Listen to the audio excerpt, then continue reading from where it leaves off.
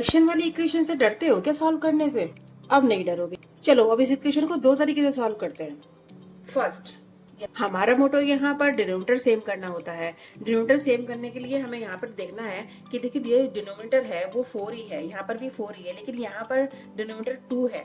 अगर हम इसको 2 से मल्टीप्लाई कर देते हैं तो इसका डिनोमिनेटर भी 4 हो जाएगा। लेकिन 2 को हम मल्टीप्लाई अगर इस वाले नीचे डिनोमिनेटर से करेंगे तो हमें न्यूमिनेटर से भी मल्टीप्लाई करना होगा, इसलिए हमें 2 की मल्टीप्लाई x से भी करनी पड़ेगी, और 2 की मल्टीप्लाई जब 2 से करेंगे तो यहाँ पर 4 आ जाएगा। Plus 3/4 is equal to 5/4। अब आप देख रहे हो सबके डिनोमिनेटर सेम हो गए हैं, तो आप इसको इस टर्म को इस तरीके से लिख सकते हो 2x + 3 इज इक्वल टू 5, क्योंकि सब एक दूसरे को कैंसिल आउट कर देंगे।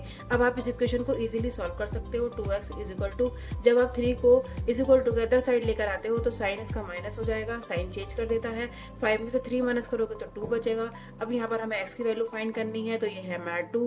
अब ये 2 x के साथ मल्टीपल में है, तो जब हम इज इक्वल टू के अदर साइड लेकर आ रहे हैं तो अब ये डिवीजन में हो जाएगा। 2 से ये 2 कैंसिल आउट हो गया, तो x की वैल्यू यहाँ पर हो गई 1।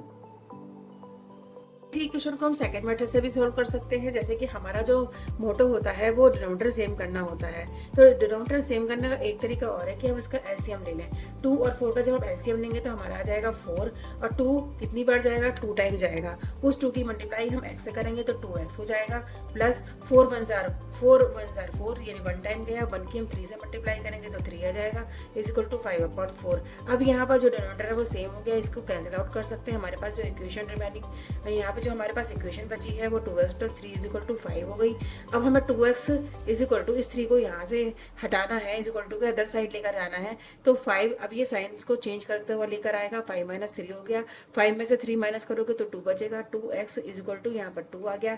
अब x की वैल्यू यहाँ पर 2/2, क्योंकि 2 मल्टीपल में है तो डिवीजन में आ जाएगा, इज इक्वल टू के अदर साइड लेकर आने में अब ये 2 से 2 कैंसिल आउट हो गया, तो यहाँ पर आ गया 1, तो x की वैल्यू यहाँ पर भी 1 ही आएगी। तो हम दोनों मेथड से क्वेश्चन को सॉल्व कर सकते हैं।